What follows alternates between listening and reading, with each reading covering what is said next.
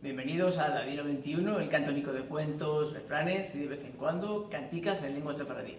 Hoy nos topamos aquí en Dallas con Michelle Alaini. Hola Michelle. Hola. Primero de todo, reingraciarte por el hermoso y lúcido concierto. Un placer.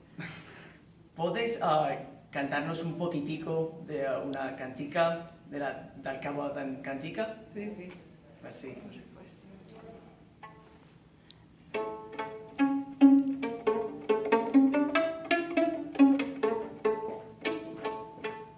Si verías a la rana sentada en la hornalla, viendo sus buenas fritas y partiendo sus hermanicas.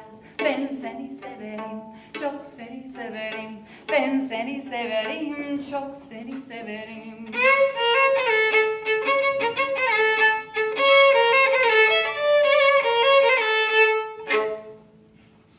Merci